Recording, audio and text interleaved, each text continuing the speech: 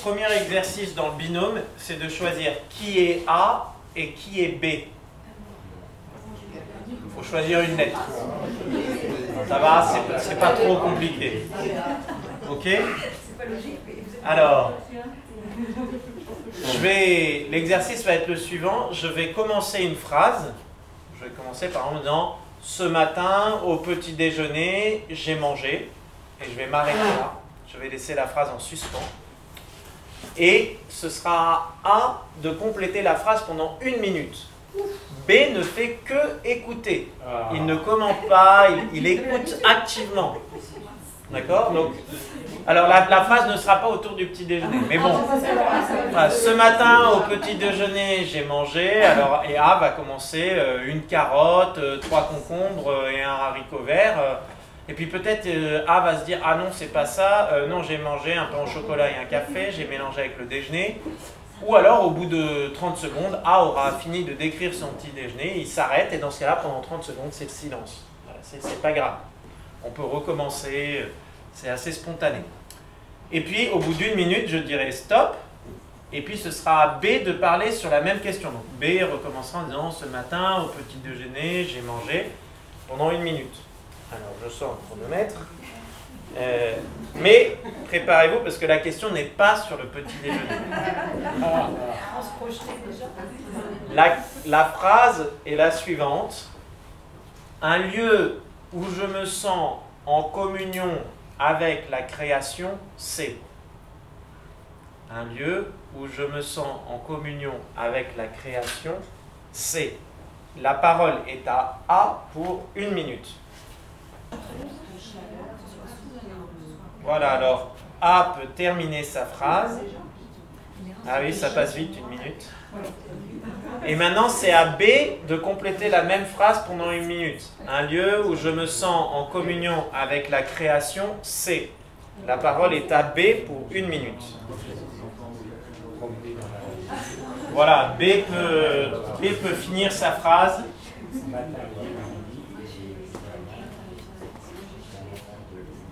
Je commençais cette présentation de ce soir par ce point-là, parce que, on en discutait avec certains tout à l'heure, voilà, bon, vous savez sans aucun doute que les nouvelles de la maison commune ne sont pas précisément bonnes, et les bras peuvent certaines fois en tomber. Voilà, alors ça, il n'y a pas que les jeunes dans les établissements scolaires, ça arrive à peu près à tous les âges, mais c'est sûr qu'il y a un certain nombre de jeunes aujourd'hui, quand je me balade dans les établissements scolaires, on me parle d'éco-anxiété, voilà, de jeunes qui ne savent plus quel sens ça va avoir. Bon, c'est sûr que c'est rude et il n'y a pas à vouloir dire non, non, la vie en rose. Mais voilà, il y a une manière de se situer en se disant ben, où est-ce que je trouve la vie dans ce contexte-là. Et puisqu'on parle en particulier de crise environnementale, sans oublier le côté social, mais côté environnemental, bah de revenir à un lieu où on se sent en création, où en communion avec la création, on se sent vivant, voilà, où c'est un goût de joie, semble très important. Que ce soit un lieu où on puisse aller régulièrement, ou peut-être un lieu d'enfance qui nous est cher et dont on peut faire mémoire. Voilà, quand on sent que ça tourne au noir, c'est pas un coup de baguette magique, mais de se redire bah, ce qui importe est du côté de la vie, du vivant. Donc d'avoir ces lieux-là comme un espèce de peut-être moyen mémotechnique, mais aussi de mémoire et de... Voilà, ça sent bon, ça sent la vie. Et c'est ça qu'on cherche. Si je fais cet exercice, et ce sera un moyen de me présenter...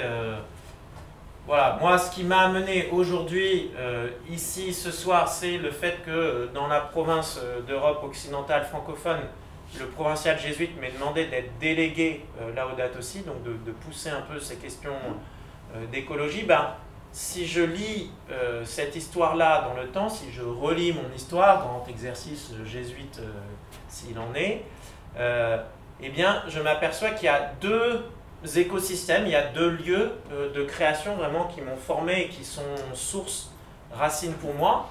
Le premier que vous voyez ici, qui est un beau chêne dans le parc chez mes grands-parents dans l'ouest, entre Ancenis et Nantes, voilà un petit village qui s'appelle Couffé. Voilà. Il y a 10 hectares de parc autour de la maison, je pense que j'en connais à peu près tous les hectares. Il y a un fermier qui s'occupe du reste des terres. Et j'ai passé mon enfance là. Et c'est quelque part sur ces terres qu'est née peut-être ma première vocation d'agro. Voilà. J'ai fait des études d'ingénieur agro avant de rentrer dans la compagnie. J'ai travaillé dans un cabinet sur les questions de développement durable déjà.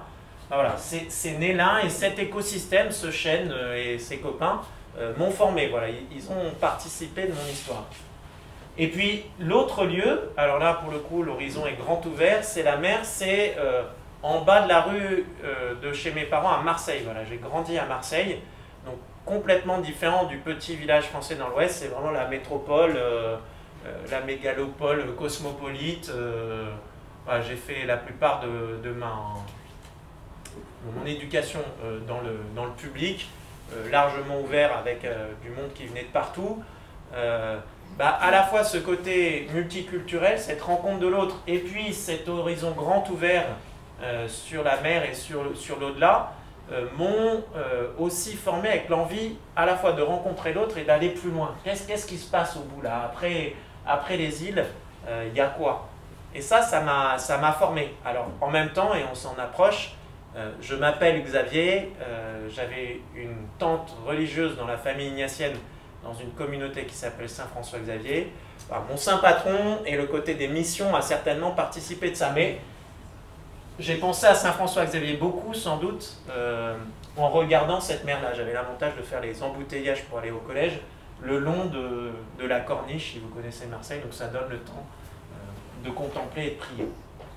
Donc voilà deux lieux, deux écosystèmes naturels qui vraiment, je pense, ont été une manière pour Dieu de me former et de me guider. Alors après, il y a deux écosystèmes humains aujourd'hui qui me forment sur ces questions-là.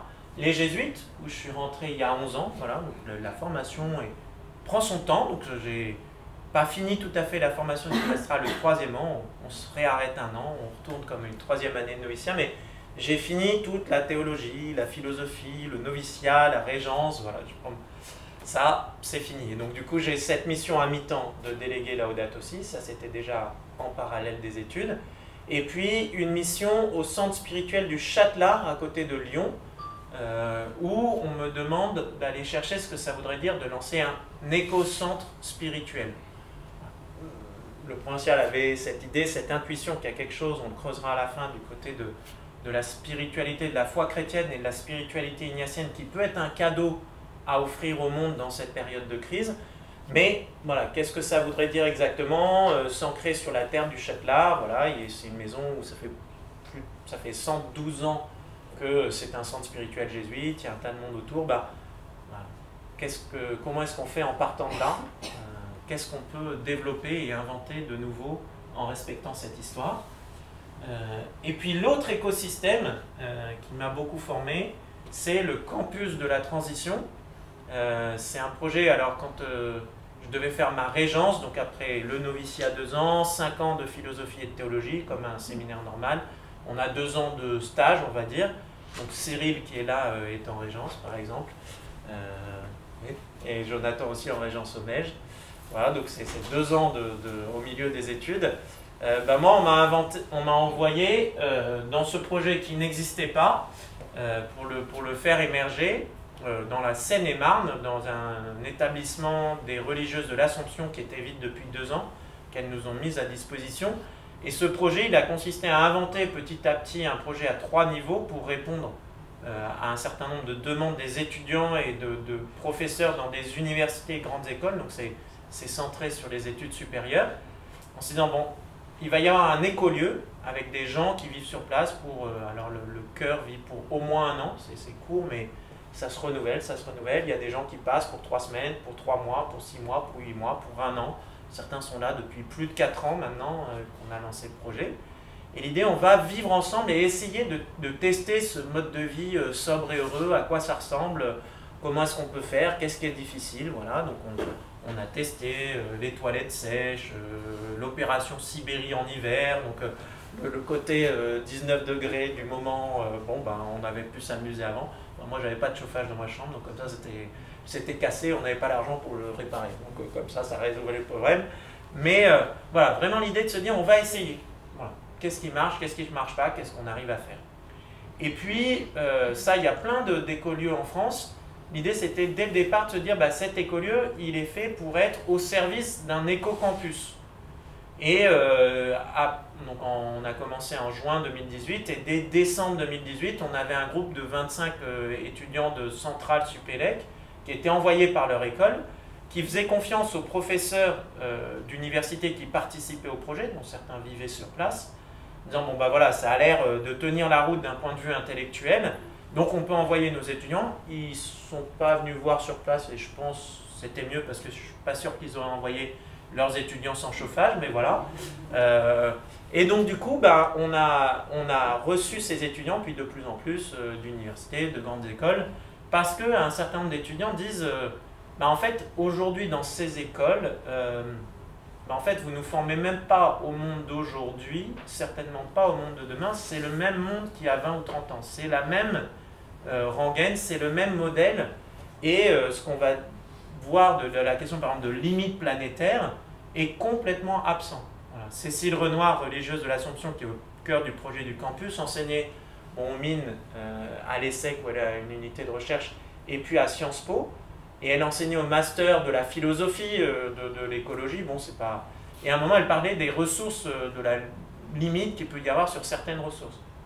Et elle a des étudiants de master de Sciences Po qui viennent la voir à fin de cours, c'est en 2017, et qui lui disent bah, merci, ça a duré une demi-heure ce sujet-là, merci d'en avoir parlé, vous êtes le premier cours qui en parle autrement qu'un bullet point à la fin d'une présentation de la fin d'un cours.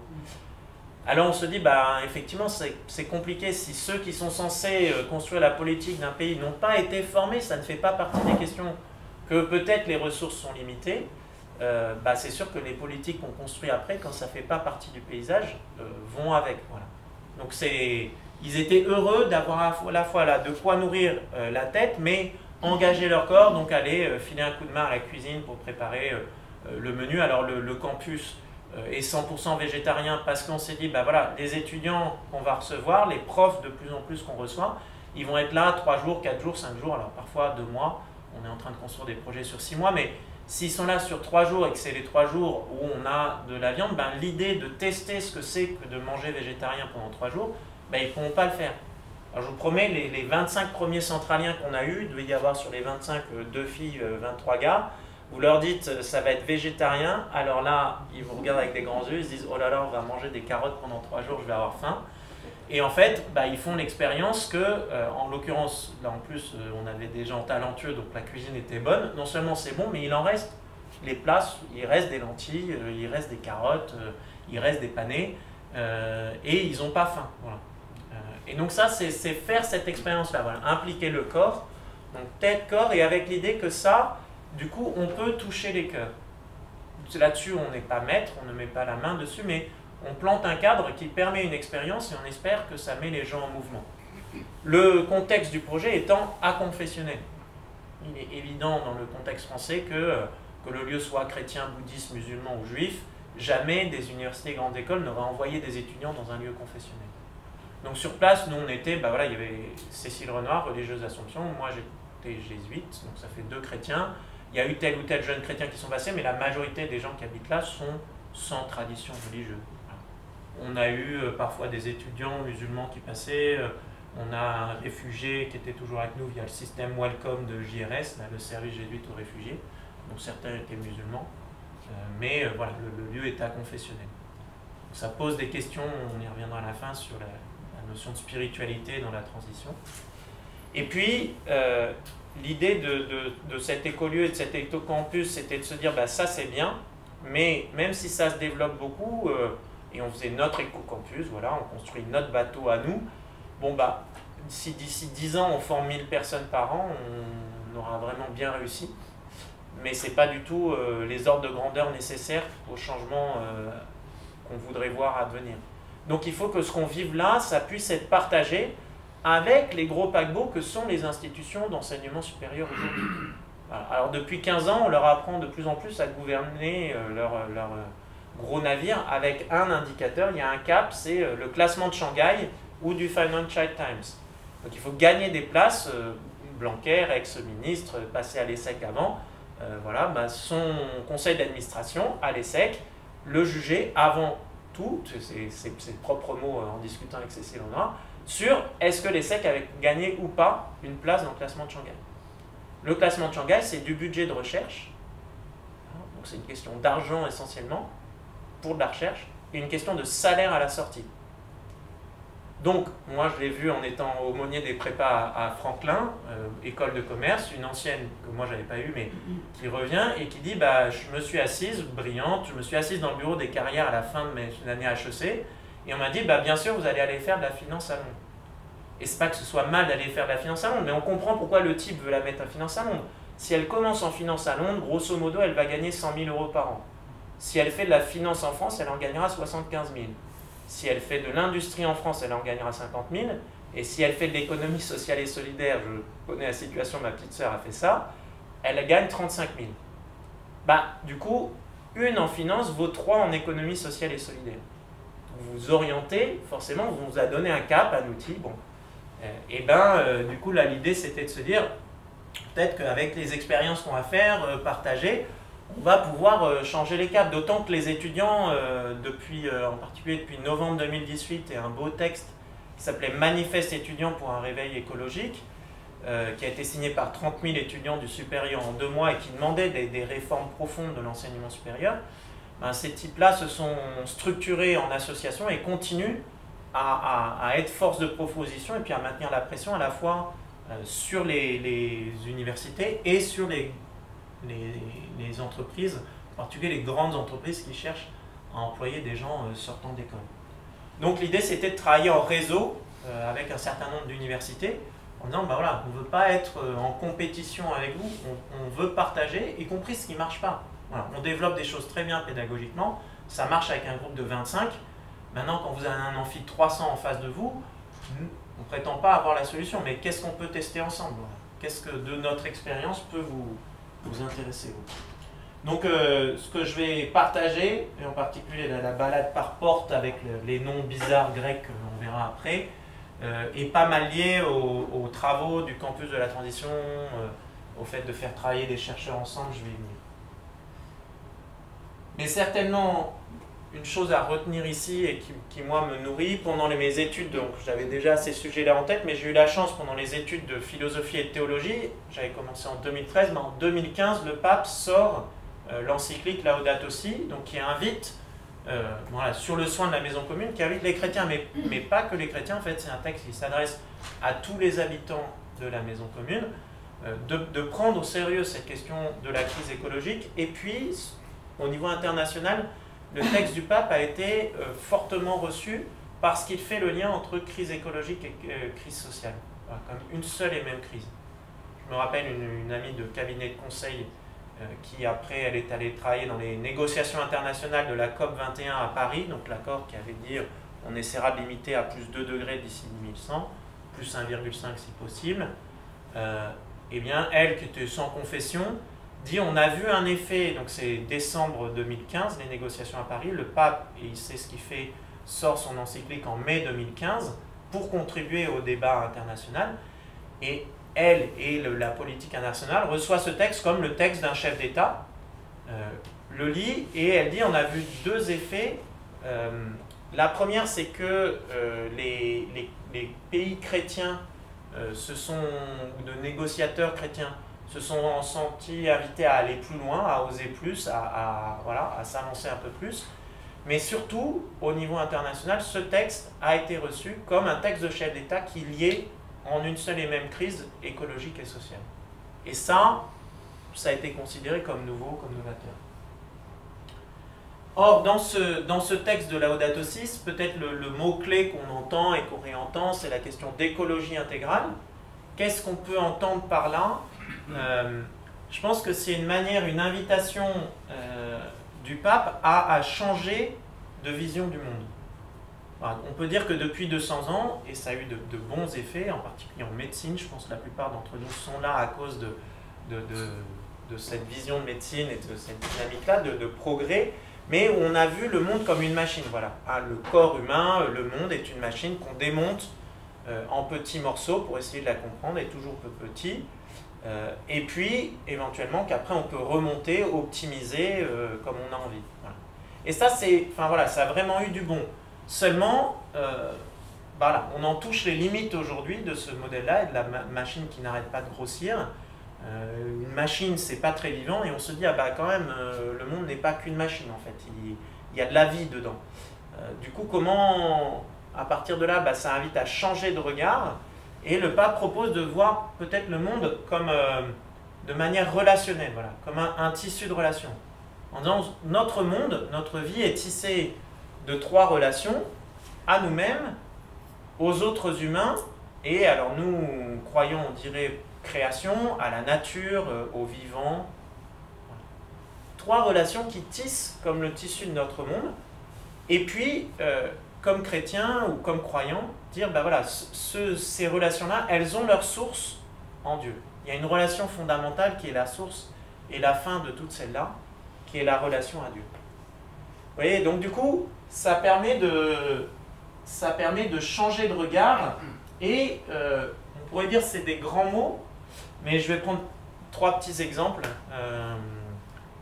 qui sont assez parlants. Qu'est-ce que vous voyez ici? Une vache. Oui. Autre chose? Comme type de vache? Indienne, exactement. C'est une vache de type zébu en Inde. Voilà. Alors ça m'est arrivé, encore l'autre jour, je reprenais le même exemple, quelqu'un disait, je vois un steak haché.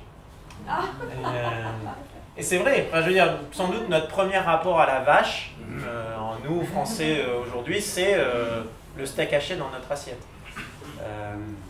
Et bien, si vous êtes en Inde et que vous regardez la vache, pour les 70% d'hindous en Inde, vous voyez certainement pas un steak haché.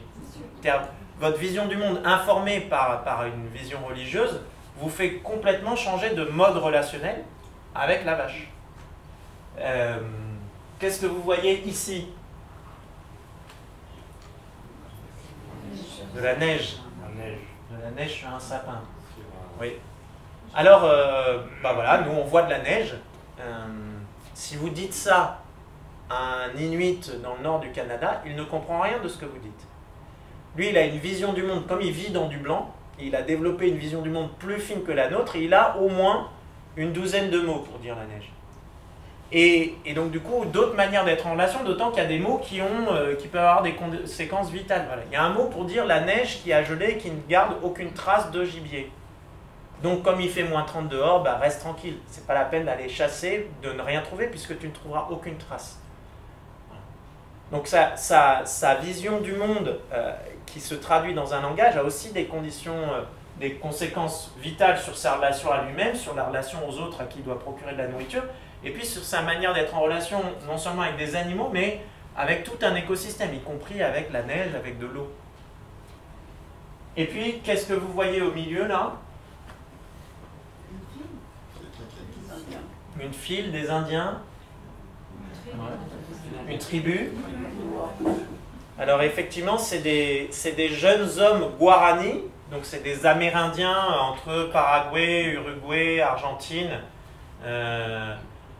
dans la zone qui sont dans un rituel d'initiation. C'est la zone du film Mission. Qui a vu le film Mission? Voilà. Et bien, dans cette zone-là, vous êtes européen il y a 500 ans, vous regardez et pour un certain nombre d'entre nous, Européens, nous nous demandons est-ce que je vois un homme ou est-ce que je vois un grand singe? Est-ce que je vois un animal? Du coup, ce n'est pas une question d'esclavage. Si c'est un animal, je le fais travailler comme un bœuf. Si c'est un homme, alors c'est l'esclavage, alors ça pose problème. Voilà. Et il y a tout un débat pour savoir si oui ou non ce sont des hommes. Alors ça se traduit sur est-ce qu'ils ont une âme ou non. La conclusion va être oui, mais ça n'empêchera pas, et vous voyez le film, un certain nombre de Portugais et d'Espagnols de continuer à esclavagiser, et les jésuites, reprenant l'idée des franciscains, de créer des réductions pour les protéger. Et donc de promouvoir cette vision de là, on sont des frères et des sœurs humains. Donc une vision du monde, ça peut avoir des conditions de vie ou de mort, y compris pour d'autres humains autour de nous, quoi. Donc se dire que changer de vision du monde, passer d'une vision du monde mécaniste à une vision du monde relationnel, c'est seulement des grands mots. Ben non, en fait. Et vous pouvez faire l'exercice, on le fera demain avec, on va faire ce type d'exercice avec les élèves de CM1, CM2 demain.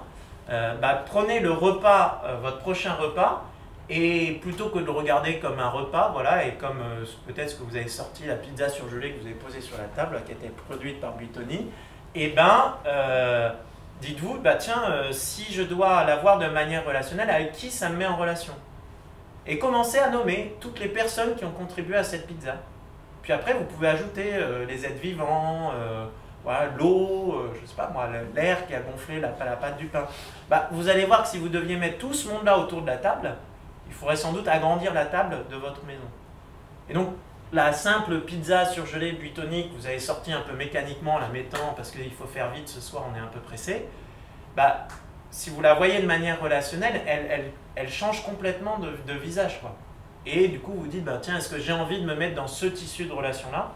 Ou est-ce qu'en mangeant, j'ai envie de contribuer à un autre type de tissu relationnel? Est-ce que je vais choisir une autre manière d'acheter, de manger, pour favoriser tel ou tel type de relation?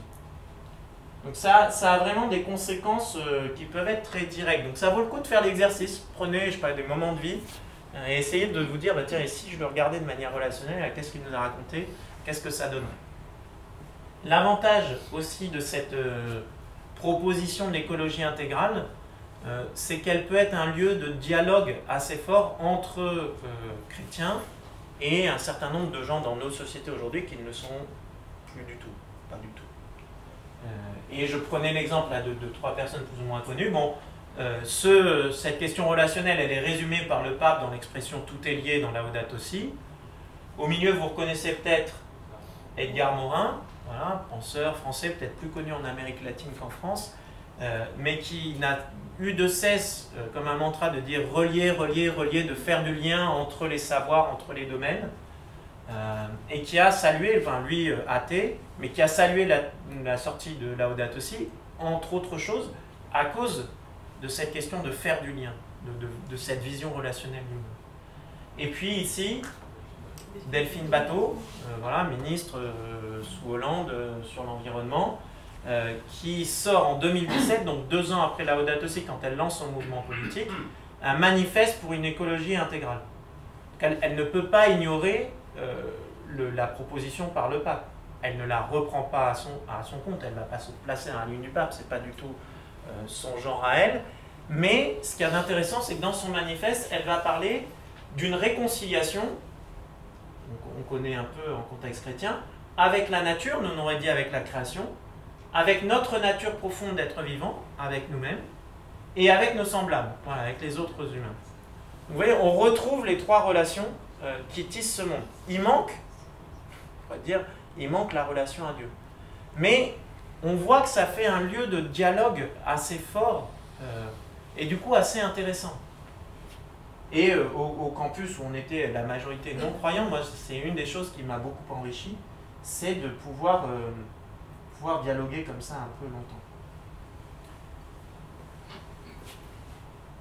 Ici, peut-être un point pour insister sur cette question de dialogue, c'est la méthode que le pape propose dans la Laudato Si, et ce qui est intéressant, c'est que non seulement il la propose, mais il la vit dans son texte. Il y a 6 chapitres dans la Laudato Si, on peut dire qu'elle respecte une structure assez classique dans la pensée catholique depuis le début du XXe siècle, voir, juger, comprendre. Juger peut faire un peu peur, voir, comprendre, être capable de discernement et agir ensuite.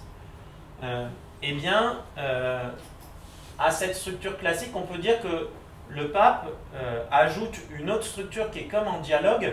À chaque fois, chapitre 1, 3, 5, c'est à l'écoute du monde. Et le chapitre 1er commence sur l'écoute de ce qui se passe dans la maison, de ce que dit la science aujourd'hui. Et puis, le chapitre 2 va aller se mettre à l'écoute de l'évangile de la création. Plutôt une analyse philosophique dans le chapitre 3, justement de cette vision mécaniste du monde, de ce paradigme technocratique, dit le pape. Et puis après, la proposition d'écologie intégrale, voilà les 3 relations fondamentales ancrées dans la relation vitale à Dieu.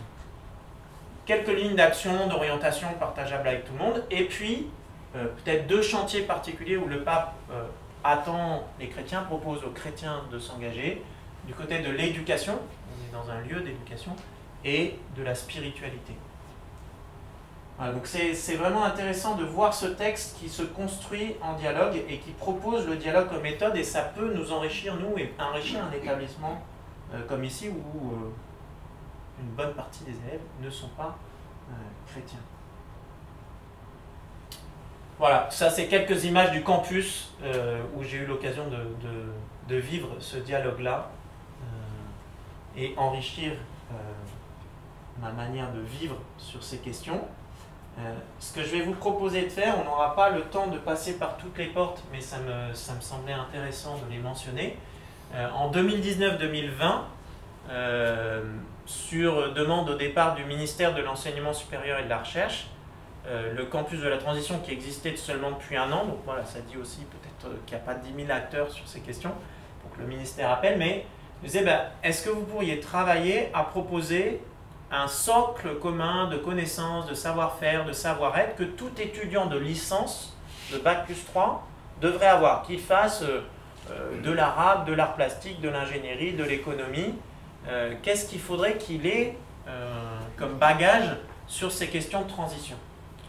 Et du coup, par le réseau du campus, ont été rassemblés en gros 80 enseignants-chercheurs avec quelques étudiants et personnes du monde professionnel, mais des enseignants-chercheurs qui venaient de plein de disciplines différentes. Et outre tout le travail qu'ils ont fait, ce qui est intéressant, c'est qu'à la fin, ils ont sorti en disant on pourrait prendre une approche par 6 portes. Voilà.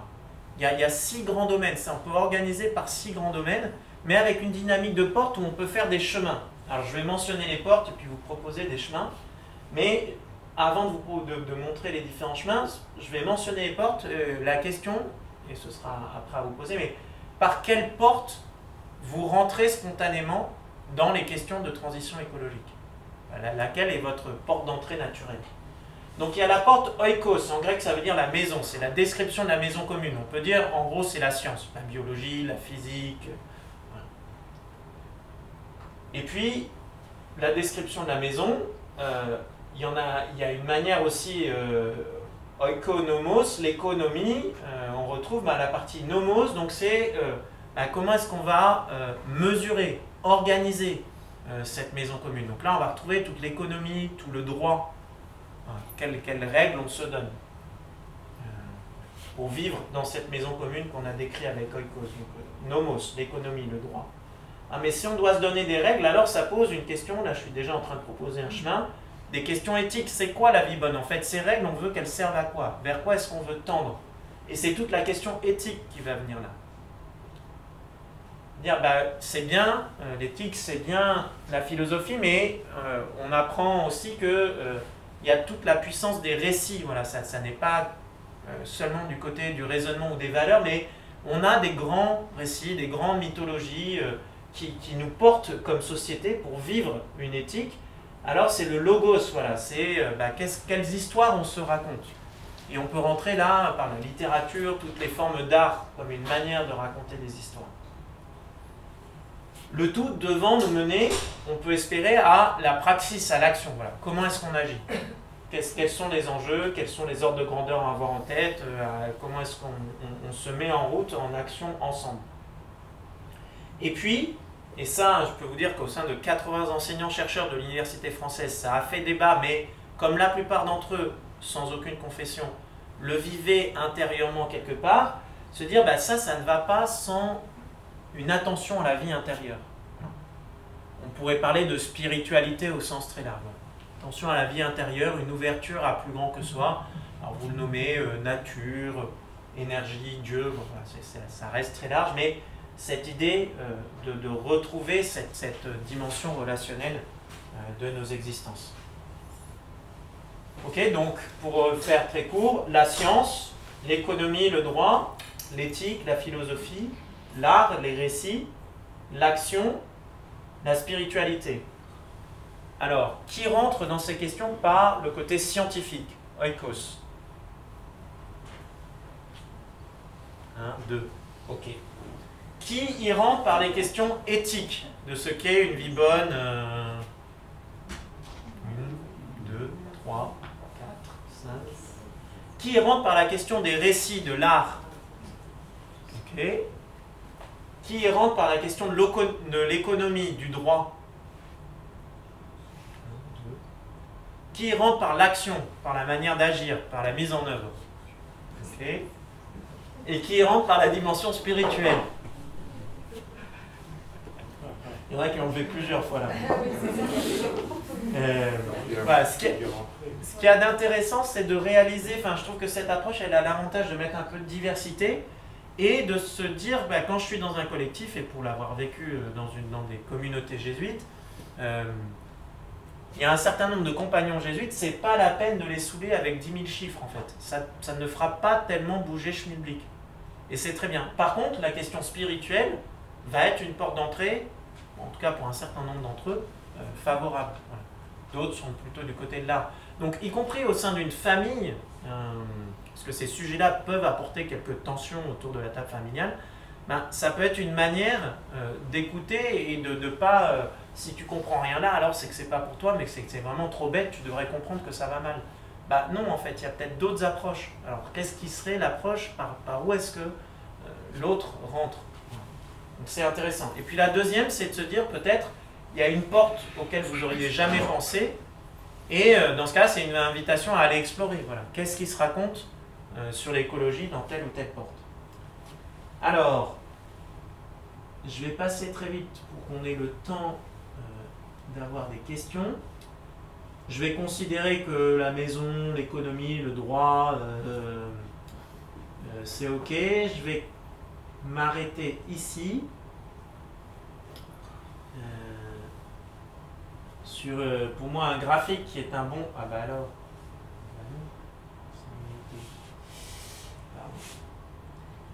Hop.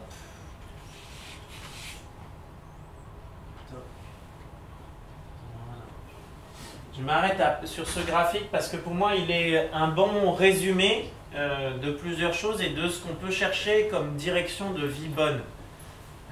Ça s'appelle le graphique du donut. Alors pour parler d'écologie, utiliser cette grosse friandise sucrée américaine, c'est pas top. Mais bon, l'économiste qui l'a inventé est anglaise, donc vous voyez comment nos modèles culturels et nos visions du monde, elle voit un cercle avec un trou au milieu et du vide autour, elle pense à un donut. Voilà, c'est comme ça. On fonctionne avec nos arrière-plans culturels. Alors, qu'est-ce qu'elle fait? En fait, elle regardait un graphique que les scientifiques, donc on serait dans la porte Oikos, ont élaboré en identifiant, donc sur le cercle extérieur, 9 limites planétaires, voilà, qui décrivent l'état de la planète aujourd'hui, en se disant, ben voilà, depuis 10 000 ans en particulier, 100 000 ans, on a un climat relativement stable qui a permis à l'humanité de se développer, à tout le reste du vivant autour de nous aussi, tel qu'il est aujourd'hui. Il y a eu d'autres extinctions de masse, on en est à la 6e aujourd'hui, il y en a eu 5 autres donc avant. Donc il y a eu des instabilités, mais enfin nous, on est apparu dans cette stabilité-là. Comment est-ce qu'on décrit cette stabilité et comment est-ce qu'on s'assure qu'on n'est pas en train de tout déstabiliser, parce que si on secoue trop la maison, elle va se casser la figure sur nous. Et donc, ils ont identifié 9 limites planétaires, dont la question du changement climatique, mais qui n'est qu'une question. L'autre dont on entend peut-être parler en ce moment, c'est la question de la biodiversité, voilà, de la chute de la biodiversité assez drastique. Bon, alors les scientifiques disaient, bah, attention à ne pas dépasser les limites. Elle disait, c'est bien, mais où il est l'humain, où il est le social? Voilà, on retrouve cette idée écologique et sociale. C'est en 2017 ces travaux. Et elle dit, ben voilà, il y a en économie aujourd'hui, quand on ne regarde pas seulement les questions d'argent et de PIB, à l'ONU et autres, on a 11-12 paramètres pour décrire le développement d'une société. La question de l'accès à l'eau, la nourriture, les revenus, l'éducation, l'égalité homme-femme, la participation démocratique, etc., etc. Et elle a rajouté ces paramètres au centre. Et là, elle dit, ah bah ça marche. On retrouve l'image de la maison commune, c'est ça qui est marrant, c'est que cette image de maison, elle habite bien, en disant il faudrait qu'on arrive à dépasser le plancher social sans crever le plafond environnemental. Donc, la maison, elle est là. Elle est dans cet espace sûr et juste, que personne ne connaît aujourd'hui, qu'il faut inventer ensemble. Parce que si on place les pays, donc ça c'est le nombre des 11 paramètres sociaux qui ont été atteints, Donc on retrouve là les pays développés, l'Allemagne, les États-Unis, etc. Donc on les retrouve là. Mais là, c'est le nombre de plafonds environnementaux crevés. Donc vous voyez que là, on en est à 7 sur les 9. Donc dans l'idéal, notre espace sûr et juste, il est là. Ben là, il n'y a personne. Aujourd'hui, il n'y a personne. Et donc du coup, on change complètement de manière de voir. Voilà, le pays développé, le pays à reproduire, les États-Unis, ils sont là. Depuis 60 ans, tout le monde s'évertue à copier ça. Bah, aujourd'hui, on peut vraiment se demander si c'est ça être développé. L'avantage, c'est qu'ici, il n'y a personne. Alors, le désavantage, c'est que du coup, on est obligé d'inventer, on ne peut pas copier. Mais en même temps, il n'y en a pas un qui va pouvoir imposer sa manière de faire. Territoire inconnu. C'est parfois angoissant, mais ça laisse de la place à la créativité. Là, c'est le pays du Vietnam.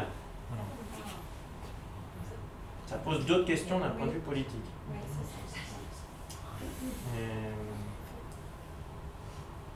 Je fais une petite pause du côté du logos et des récits avant d'en venir à la question d'action et de spiritualité. Au milieu, je n'ai pas le temps de développer, mais c'est un schéma tiré de Bruno Latour, un philosophe, anthropologue qui est décédé récemment, français, très connu au niveau international et qui a développé sa pensée sur les 15 dernières années beaucoup autour des questions d'écologie. Je vous invite vraiment à lire. Ce schéma-là est sorti d'un petit livre qui s'appelle « Où atterrir ». On a récemment un des jésuites de la communauté, au moment où il est décédé, me demandait quoi lire de lui. C'est vraiment un petit livre, j'ai dit ça, il a beaucoup aimé. Après, il y a un bouquin qui s'appelle « Face à Gaïa », qui est plus développé. Voilà. Et déjà, commencer avec « Où atterrir », ça peut vraiment nourrir une pensée. Toujours est-il qu'à partir de ce schéma, on peut dire que même dans le domaine écologique, aujourd'hui, on peut entendre deux récits, deux manières de raconter l'histoire, que je symbolise par ces deux images. Alors, ça va être des caricatures, il y a des entre-deux, mais quand on écoute des gens qui racontent des récits écologiques aujourd'hui, ça vaut le coup de se dire, tiens, de quel côté il s'inscrit. Donc je fais de la caricature, on est d'accord, mais qui c'est du côté croissance verte. Donc, vous savez quoi, le modèle de croissance n'est pas à remettre en question. Il y a juste une question de la couleur de l'énergie qui alimente cette croissance. Aujourd'hui, c'est noir, c'est pétrole, c'est charbon. On va changer la couleur avec, et vous voyez, c'est les images de l'éolien, du panneau photovoltaïque, et on va pouvoir continuer comme avant. L'avion vole, les voitures tournent, il y a quelques vélos, et il y a plein de verres et de végétaux partout. D'accord ? Donc ça, c'est un récit aujourd'hui. Un autre, ça c'est le logo d'un mouvement qui s'appelle Slow Food, qui est parti d'Italie, bon, qui a ses avantages et ses inconvénients, mais qui va insister beaucoup sur la question de décélérer. C'est pour ça que j'ai pris comme image. C'est vraiment l'idée, voilà, il faut ralentir, donc du coup on prend l'escargot. En fait, il faut revenir dans les limites planétaires, et ça, que l'énergie soit verte ou noire, en fait, il va d'abord falloir accepter, en particulier dans nos pays déjà dits développés, pour repasser à respecter plus de limites planétaires, dépenser moins d'énergie à tout va, parce que c'est ce qui fait qu'on crève toutes les limites planétaires. Du coup, de dire, là, il y a une décélération à avoir. Si certains font des caricatures là, une caricature, c'est le modèle Amish. Voilà. Ça, c'est le modèle croissance verte, et ça, c'est le modèle Amish. Et si vous voulez aller nourrir un peu plus largement, parce que là c'était des récits très centrés écologie, juste pour le plaisir de donner quelques références mais qui brassent plus large. En termes de livres, Alain Damasio est un romancier français qui écrit très bien. Il a son dernier roman, Les Furtifs, touche à la question écologique et sociale à horizon 2040. Avec une manière d'écrire très personnelle et très forte. Il a été plus connu pour son bouquin précédent qui s'appelle La Horde du Contrevent, Alain Damasio. Si vous aimez les romans graphiques, Petit traité d'écologie sauvage d'Alessandro Pignotti, qui vous plonge dans d'autres visions du monde. En particulier, là, c'est celle des Indiens Achuar en Équateur, voilà, qui ont une vision du monde radicalement différente de la nôtre.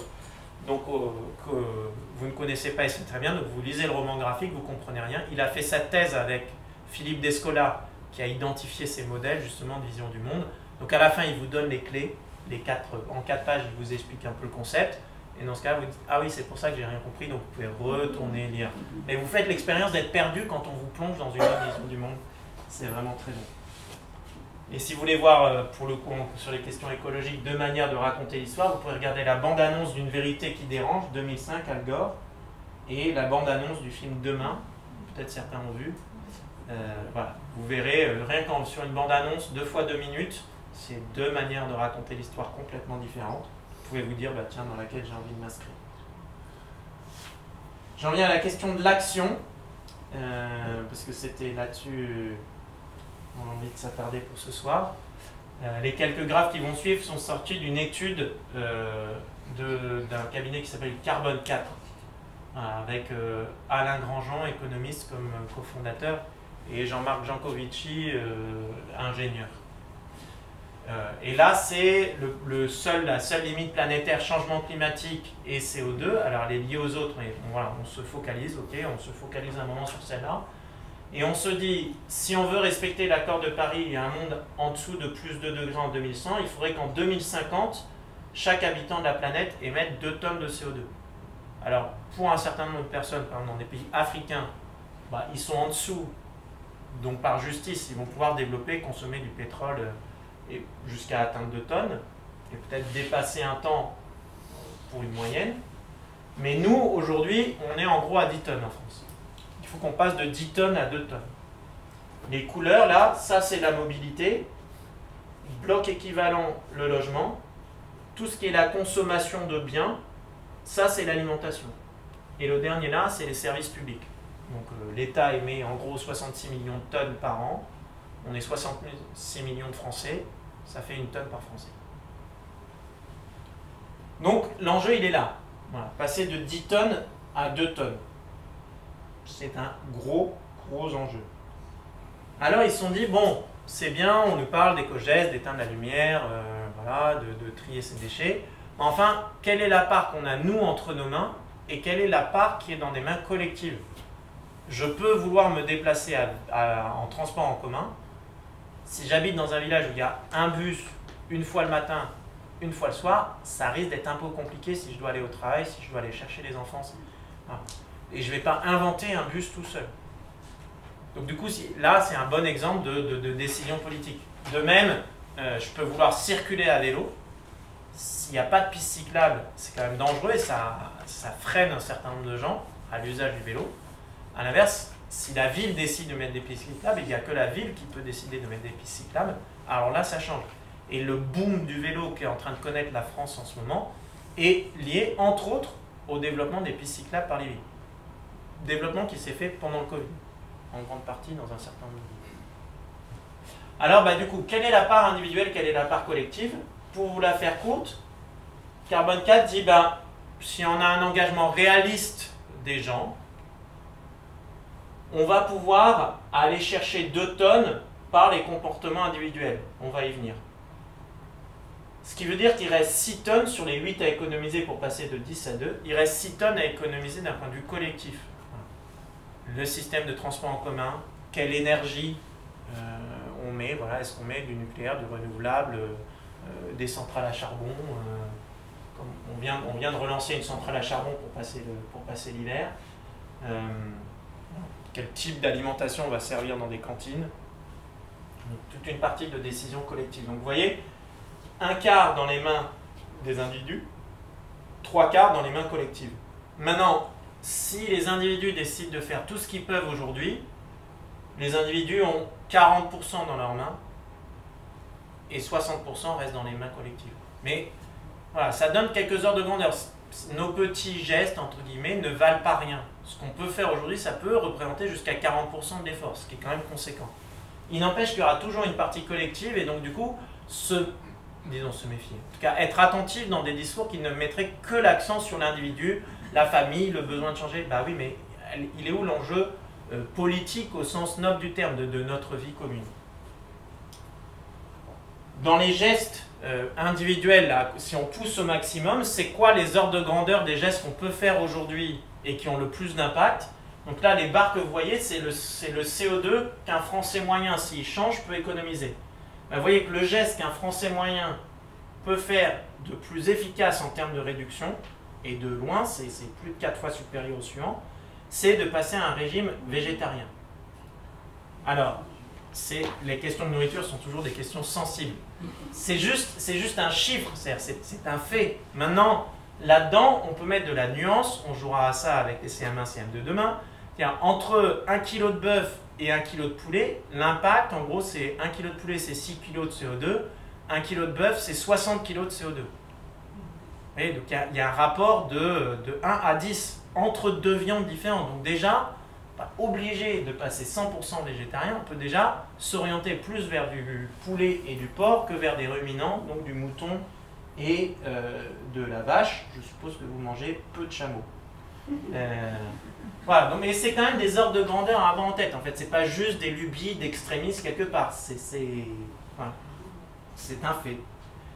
Vous voyez qu'après, ce qui vient, c'est la question de la mobilité.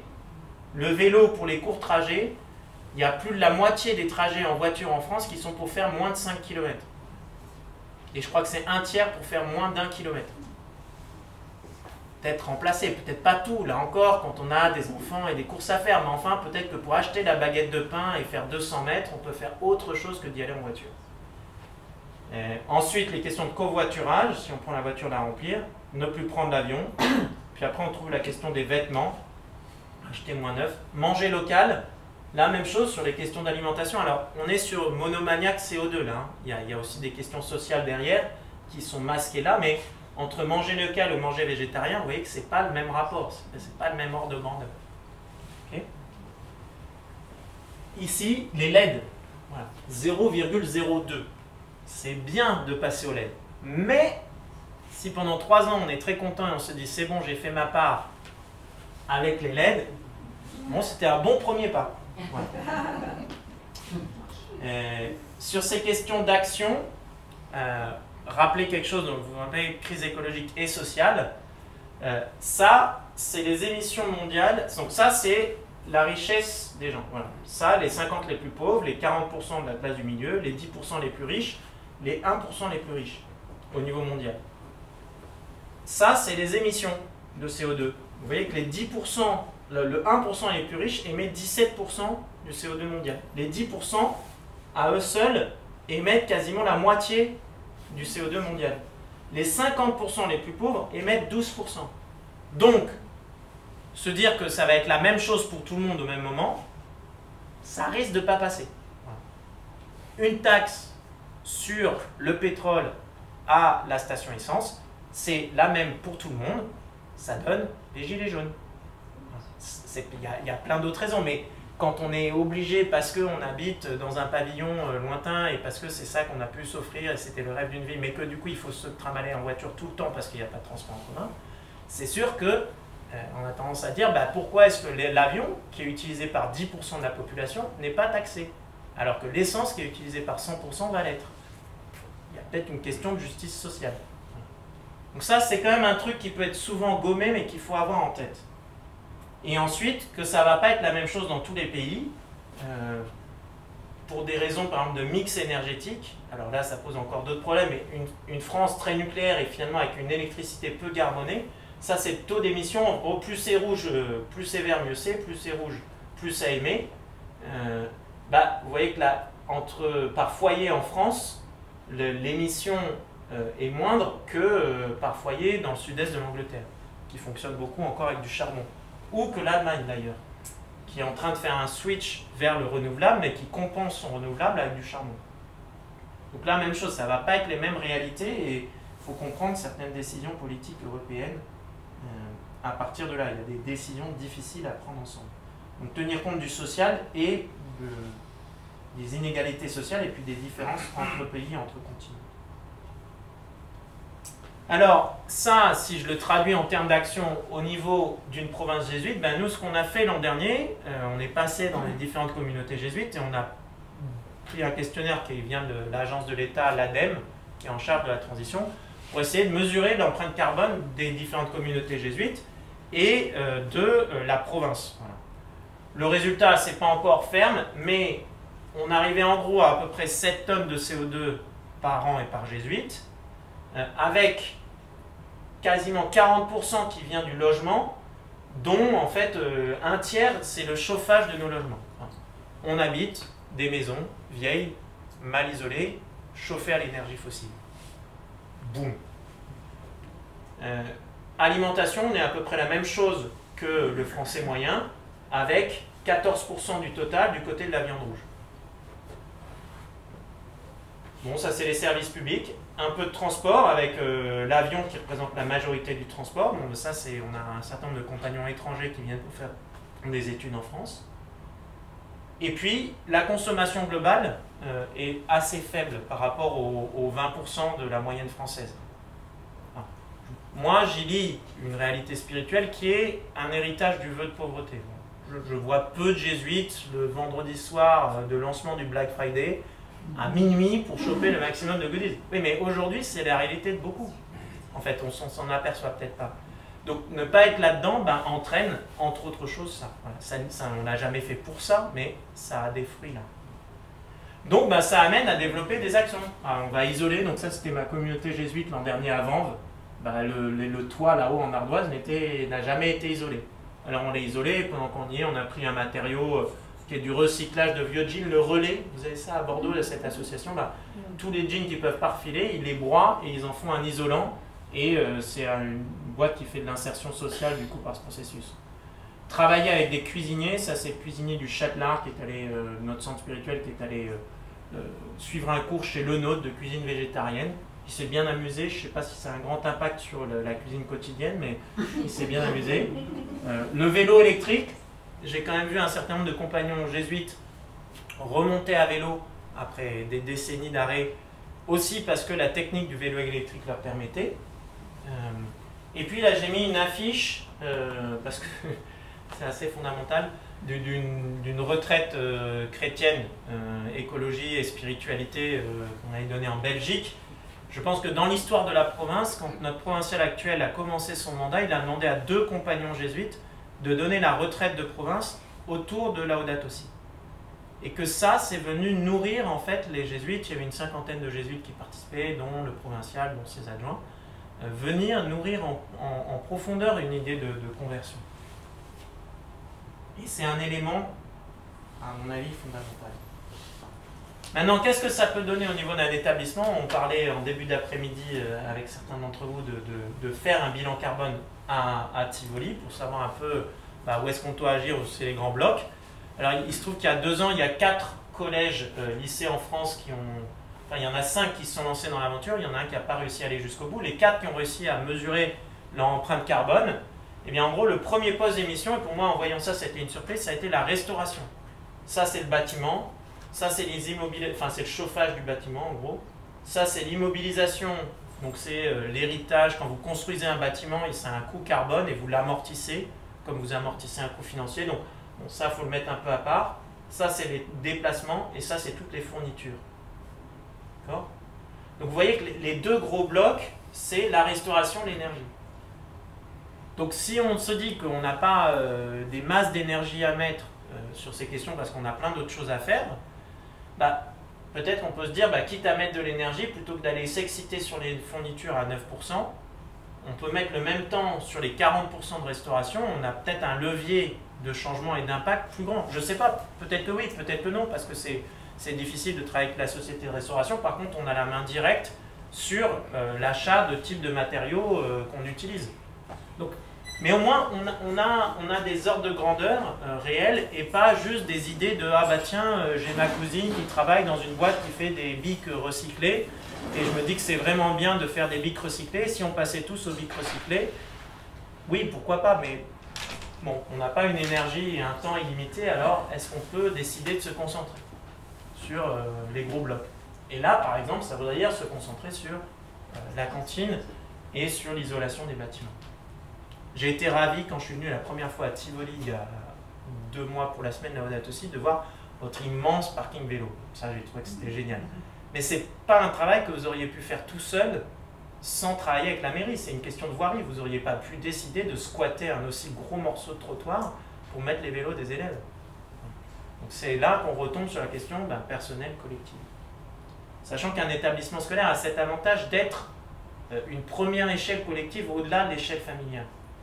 Et donc là, je trouve qu'il y a un vrai enjeu comme établissement scolaire jésuite, à permettre aux élèves, mais aussi aux adultes de la communauté éducative, de faire une expérience ici de ce que c'est que ces décisions collectives. Voilà. Ça peut rappeler, mais comment est-ce qu'on va réussir à décider ensemble? Comment est-ce qu'on arrive à partager un diagnostic commun, un plan d'action? Je pense qu'il y a vraiment un beau service à rendre d'être ce lieu où les gens en font l'expérience, c'est-à-dire ça peut se faire ailleurs. Parce qu'aujourd'hui, une partie du désespoir vient de dire on n'y arrive pas, quoi. Voilà. Alors justement, sur cette question de on n'y arrive pas, et je terminerai avec cette partie spirituelle,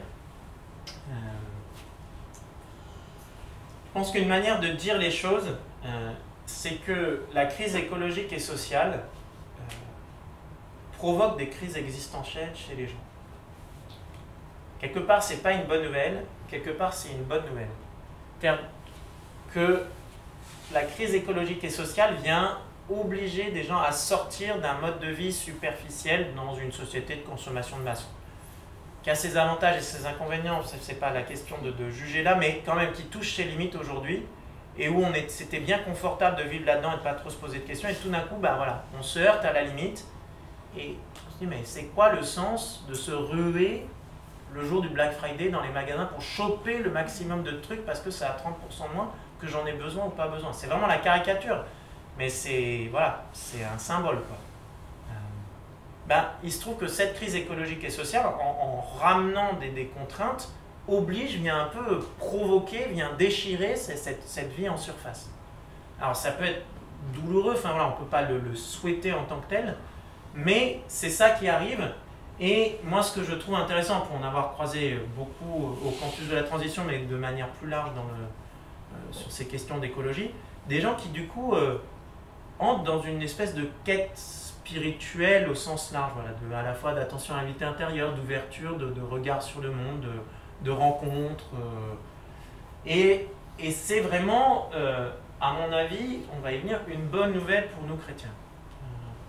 Là, vous avez trois affiches de trois films qui traduisent exactement ça. Donc, vous avez vu demain, ça commence avec Mélanie Laurent qui dit voilà, j'ai mon petit garçon.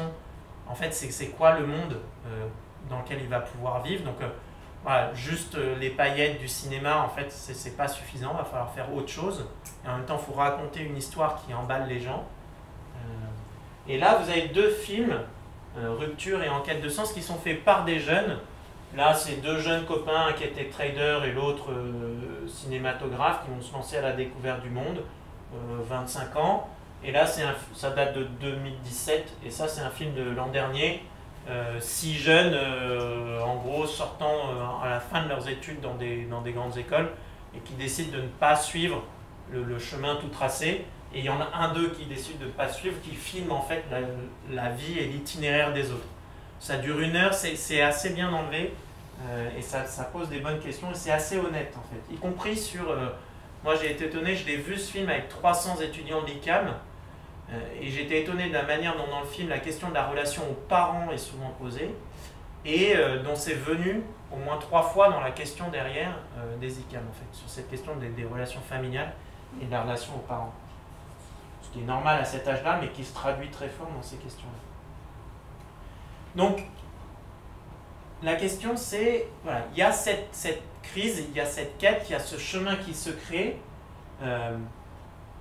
Peut-être c'est un réflexe jésuite, mais moi je me dis, mais comment l'accompagner? Alors, ce que j'ai découvert au campus, en contexte aconfessionnel, c'est un outil qui s'appelle le travail qui relie, qui a été élaboré par cette femme qui s'appelle Joanna Macy, qui aujourd'hui a 92 ans, et qui a élaboré, je vous passe les détails, mais une méthode, on dirait, d'éco-psychologie en France, parce qu'on est toujours un peu méfiant. Dans le monde anglo-saxon, on parlerait d'éco-spiritualité sans trop de problèmes, et qui est une méthode en spirale, donc c'est pas un truc linéaire où on progresse, mais un truc qu'on repasse, et on va repasser par les étapes. mais qui se déroule en 4 étapes. Donc vous voyez un pissenlit là. S'ancrer dans la gratitude. Ceux d'entre vous qui, par hasard, ont entendu parler de prière d'alliance de Saint Ignace qui commence par dire merci, je veux dire qu'il y a au moins un terreau commun.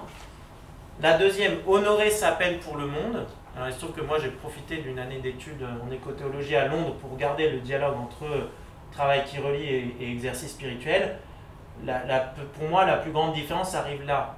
Parce que c'est pas seulement honorer sa peine pour le monde et accepter de regarder les émotions pénibles qui viennent. Et son message dans cette étape-là de la spirale, c'est de dire, de même que la gratitude te disait que tu étais relié au tissu du vivant et que c'est bon, de même, si on te dit que 70% des insectes ont disparu en Europe, que 30% des oiseaux ont disparu en France, que ça ne te laisse pas neutre quelque part, que ça évoque de la peine, de la colère, de la souffrance, le rejette pas et le bloque pas, ça vient te dire qu'effectivement tu es relié et qu'il y a quelque chose de bon à entendre là-dedans en fait. Ça, ok, maintenant moi, la vision chrétienne me fait dire, où est la question du pardon là-dedans?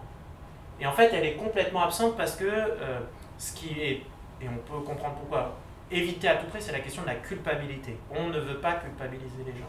Ça ne mène nulle part. Très bien. Mais du coup, il n'y a pas à reconnaître de faute personnelle. Et du coup, il n'y a pas de pardon possible. Et toute cette question quand même de se reconnaître pécheur et de pouvoir continuer à avancer en étant pardonné est évacuée. Voilà. Puis après, voir avec des yeux nouveaux, peut-être un changement de regard, de conversion, passer d'un monde mécanique à un monde relationnel, par exemple, et puis aller de l'avant. On peut retrouver des processus reliés.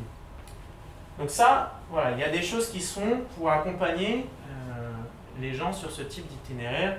On va faire 4 jours de travail qui relie, 100% travail qui relie à confessionnel, au campus de la transition. Il se trouve que moi, j'ai utilisé ces outils dans des retraites chrétiennes. Parce que pour avoir creusé, je pense qu'il n'y a pas... je ne suis pas en train d'aller piller une ressource d'une tradition et de l'extrapoler de n'importe où, parce que ça se veut ouvert à tout type de contexte et de tradition.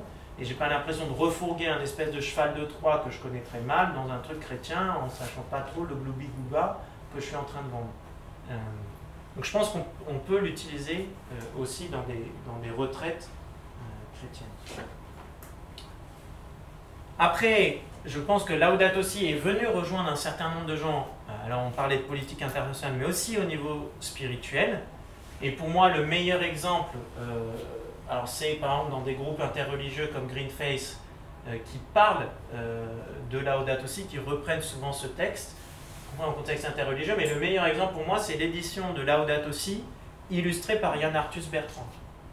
Yann Arthus Bertrand a grandi en contexte chrétien, aujourd'hui je dirais sans doute agnostique, mais en lisant ce texte, quand il est sorti, il a dit, mais en fait c'est le texte avec lequel je résonne le plus, parce qu'il y a à la fois le diagnostic, la crise écologique et sociale, et la dimension spirituelle. Moi, mon chemin spirituel, il s'est tracé à travers mon art, qui est la photo. Et j'ai envie de mettre les deux en dialogue. L'invitation au dialogue du pape dans le texte rejoint Yann Arthus Bertrand, qui rentre dans la conversation, et qui fait cette édition magnifique de Laudato Si. Ça n'est pas une commande d'un grand mécène catholique qui aurait dit « je vous paye pour le faire ». C'est pas la chapelle Sixtine, on paye Michel-Ange pour peindre la chapelle. C'est lui qui dit « voilà, moi j'ai envie de répondre ». Même si je viens d'un contexte différent. Donc Laudato Si est un bon outil. Maintenant, je pense que prendre Laudato Si en disant « nous avons le petit livre vert, nous, on a tout compris, on va vous expliquer » n'est pas la bonne recette. Ça peut être de temps en temps la tendance catholique, y compris en contexte œcuménique chrétien, et pour avoir quelques amis protestants orthodoxes, de temps en temps, ils en ont un, ça les chauffe un peu, cette question de Laudato Si comme petit livre vert, mais l'idée c'est qu'il faut aller marcher sur les chemins. Il faut rejoindre les pèlerins d'Emmaüs, il faut rejoindre les pèlerins de la transition. Ça veut dire se mettre en action avec eux, partager, dialoguer, débattre. On n'est pas obligé de tout manger, la doxa écologique. Mais si on regarde ça de très loin, alors on ne rejoindra jamais les gens sur leur chemin. Et donc accompagner leur crise existentielle et leur question de sens, ça ne se fera pas. Donc vraiment la question de l'engagement en commun et du dialogue me semble tout à fait importante. Maintenant, si on rejoint ce chemin-là, alors et ce sera la dernière slide. De quoi est-ce qu'on peut témoigner? Je pense que le mot-clé dans ce contexte pour nous, chrétiens, c'est la question de l'espérance.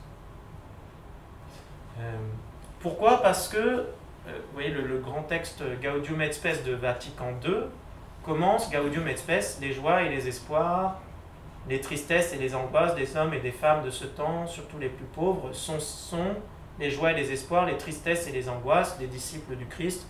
Et la fin, je peux mettre en gros au nom de l'incarnation, au nom du fait que Dieu s'est fait homme parmi nous. Eh bien, on va traverser ces joies et ces espoirs, ces désespoirs et ces angoisses. Voilà. On va faire ce yo-yo de bonnes nouvelles, mauvaises nouvelles. Est-ce qu'on va faire plus de degrés, plus 1,5, plus de degrés, quelles conséquences ça aura? J'ai une image, si vous voulez, de voir la cathédrale de Bordeaux. Si à plus de degrés, elle a encore les pieds au sec, à plus 3 degrés, elle a les pieds dans l'eau. C'est des simulations intéressantes à regarder. Bon voilà, et ça peut nous mettre en espoir, désespoir. Voilà, ça c'est très clair. Le bassin d'Arcachon, même à plus de degrés, ça va être compliqué. Et bien qu'on traverse ça en étant sur le chemin avec eux, très bien. Maintenant, nous, comment est-ce qu'on va le vivre? Je pense que ça nous ramène au cœur de la foi chrétienne, qui est, notre foi chrétienne, elle naît de la mort et de la résurrection du Christ. Voilà, il y a plein d'autres choses après, mais elle naît là. Et donc du coup, de se dire que cette vie n'est pas une fin en soi, que nous sommes appelés, mystérieusement, mais à participer à la vie de Dieu dans l'éternité. D'être invités à participer à l'amour de Dieu pour l'éternité. Alors ça, le danger, c'est de dire, du coup, ce qui se passe sur Terre, c'est pas très grave. Ça se passe bien ou ça se passe mal, on ira tous au paradis ou pas.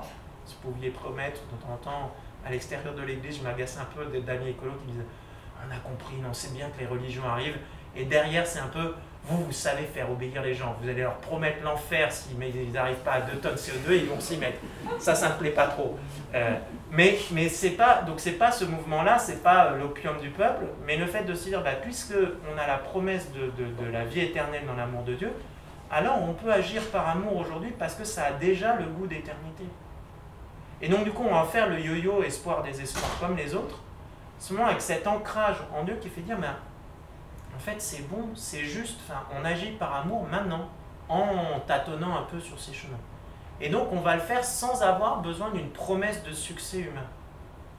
Pour un certain nombre de copains, si on leur dit que, et ça j'envisage de plus en plus que le plus de degrés, ça risque d'être difficile. Le plus 1,5, à mon avis, on l'a enterré à Sharm el-Sheikh il y a un mois. Un certain nombre vont dire, mais alors, du coup, ça sert à quoi? Je vis avec peu d'argent, je m'engage à fond, je m'empêche d'aller voir les copains à l'autre bout du monde. Et pourquoi, si à la fin, on n'y arrive pas? Peut-être que comme chrétien, on peut dire, parce qu'on agit par amour et que ça a la promesse de vie éternelle. Suggestion qui peut être discutée, qui est un peu fragile, mais je pense que c'est de ce côté-là qu'on peut aller chercher une des richesses de la tradition chrétienne dans son espérance. Voilà, merci beaucoup.